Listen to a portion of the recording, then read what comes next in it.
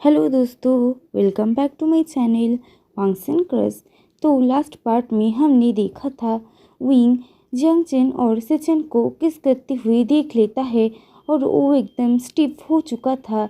जियांगचन wing को देखकर कहता है तुम यहाँ पर। तो विंग कहता है कोई बात नहीं, मैं बाद में आऊँगा, तुम अपना काम कंटिन्यू करो, मैं जा रहा हूँ। ये कहकर विंग वहाँ से दौड़ते हुए चला जाता है। विंग बहुत ही बुरी तरह से प्लस कर रहा था। वो अभी सोच रहा था कि उसने ये क्या देख लिया। वो जल्दी से जिनसे में आता है, उसके बाद अपने आप को शांत करने लगता है। और दूसरी तरफ सिचन फिर से जियांगचन को कमर से पकड़ता है और उसे किस करने लगता है। जियांगचन और सिचन जब हांसी में इंटर करते हैं तो जियांगचन सिचन को अपने से छुड़ाता है और कहता है तुम्हें काम में नहीं जाना, तुम अभी मुझे छोड़ो। ये वो बहुत मुश्किल से कह रहा था क्योंकि अभी सिचन उसके नेक पर अटैक करना शुरू कर दिया था। सचिन कहता है तुम्हें पता नहीं कि मैं आज कितना ज़्यादा खुश हूँ। तुम्हें पता है जब मैंने तुम्हें क्लाउड रेसेस में पहली बार देखा था, मैं तब से तुम्हें बहुत ही प्यार करता हूँ।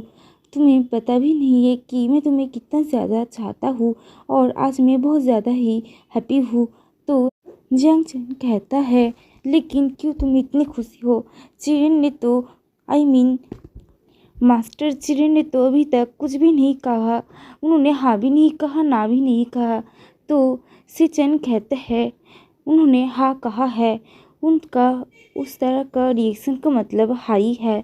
ये सुनकर जियांगचन खुश होता है लेकिन अपनी फेस में ज़्यादा आने नहीं देता क्योंकि आप लोगों को तो पता ही है कि हमारा जियांगचन कितना एरोगेंट टाइप का है।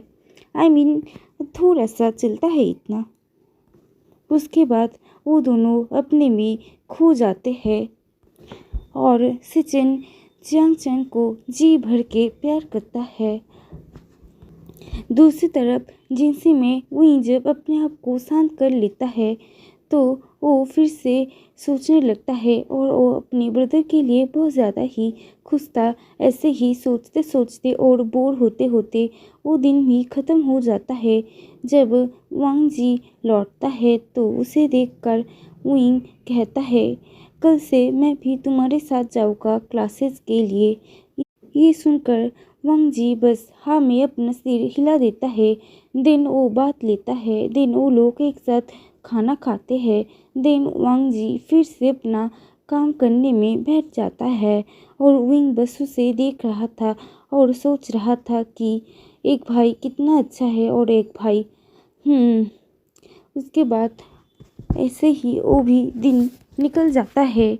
नेक्स्ट दिन विंग को वांग जी जल्दी से नींद से उठा देता है क्योंकि विंग ने कहा था उसे भी जाना है। मतलब वांग जी के साथ उसे जल्दी जल्दी सब काम ख़त्म करके निकलना पड़ेगा। उस दिन क्लास में वांग जी के साथ ही विंग बैठा था सामने और सारे डिसिपल्स उन लोगों के सामने बैठा था और वांग जी उन लोगों को लेसन दे रहा था और वांग जी को विंग सुन रहा था लेकिन कुछ और ही सोच रहा था। थोड़ी देर बाद वो नोटिस करता है उन डिसिपल्स में एक जो कि फीमेल कल्टीवेटर थे। वो वांग जी को बहुत ही अजीब तरह से घूर रहा था और उसके घूरने से ये साफ पता चल रहा था कि वो उसे पसंद करता है, इस वजह से घूर रहा था। मतलब उसकी ध्यान बिल्कुल भी पढ़ाई में नहीं थी। ये देखकर वांग जी विंग को पता नहीं क्यों बहुत ही जेलस होता है।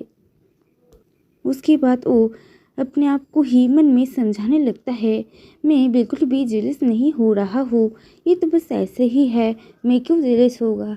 ये सब सोचते हुए विंग क्लास के बीच में चीखते हुए नहीं कहकर उठ जाता है।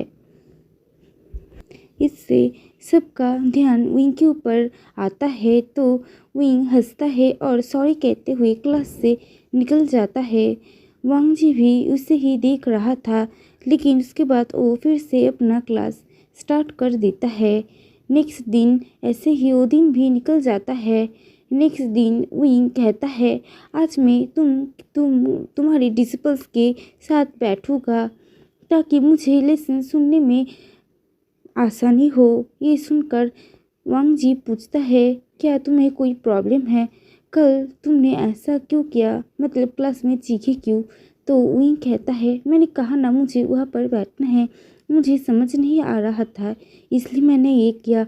ये कहकर वो हंसने लगता है, लेकिन वांग जी ये साफ समझ सकता था कि ये एकदम सफ़ेद झूठ है, क्योंकि ये कभी भी नहीं हो सकता कि विंग क्लैन क्लैंस के रूल्स को इतने अच्छे से सुन रहा था। जब वो लोग गुस्सों में पढ़ने आए थे तब विंग ने क्या क्या कांड किया था उसे ये अभी तक याद है।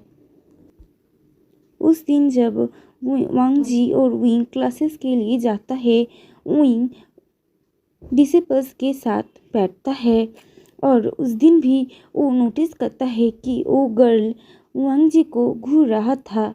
तो वो उस गर्ल को सबक सिखाने के लिए एक पेपरमिंट बनाता है और उसे उस गर्ल की तरफ भेजता है, लेकिन गलती से वो वांग जी की नज़र में आ जाता है और वो वांग को डांटता है और खड़ी कर देता है अपना हाथ उठाकर, मतलब उसे पनिशमेंट देता है और उसे रूल्स कॉपी करने के भी पनिशमेंट देता है, मतलब गुस्सू का 3000 रूल 10 पर।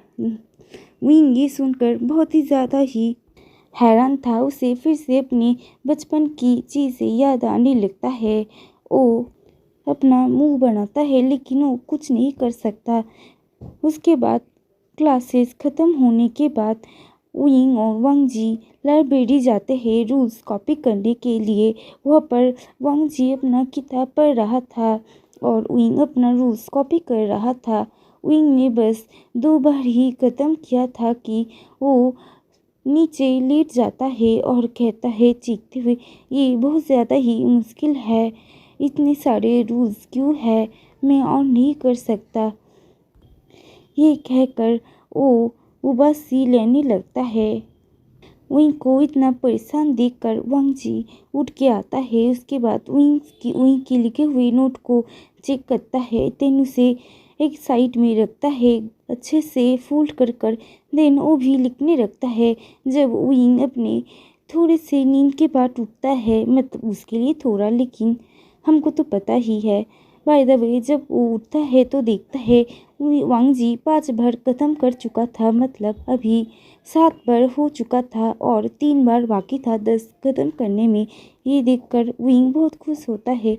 वो कहता है, थैंक यू सो मच लैंसन, तुमने मेरी इतनी मदद किया। ये कहकर वो थोड़ा रुक जाता है और कहता है, आई मीन वांग जी, क्योंकि वो लोग जब दोस्त थे पहली बार क्लाउड रेसेस में पढ़ने आए थे तब वांग जी को विंग टीज करते हुए बोलता था लैंसन। उसे पता था ये विंग वांग जी को बिल्कुल भी पसंद नहीं आएगा, लेकिन वांग जी ने कभी भी विंग को कुछ नहीं कहा। उसके बाद वो लोग फिर से चुप हो जाते हैं और रूल्स कॉपी करने लगते हैं। फाइनली जब ख़त्म होता है तो वो लोग लाइब्रेरी से बाहर निकलते हैं और वांग जी उसे जिनसे जाने के बोलकर वो मास्टर चिरेन के पास जाकर उस रूल्स को जमा करके आता है। देन वो लोग आते हैं जिनसी और अपना भात लेकर खाना ख़त्म करते हैं, देन फिर से सो जाते हैं। तो आज के लिए इतना ही, मिलते हैं नेक्स्ट वीडियो में, बाय बाय।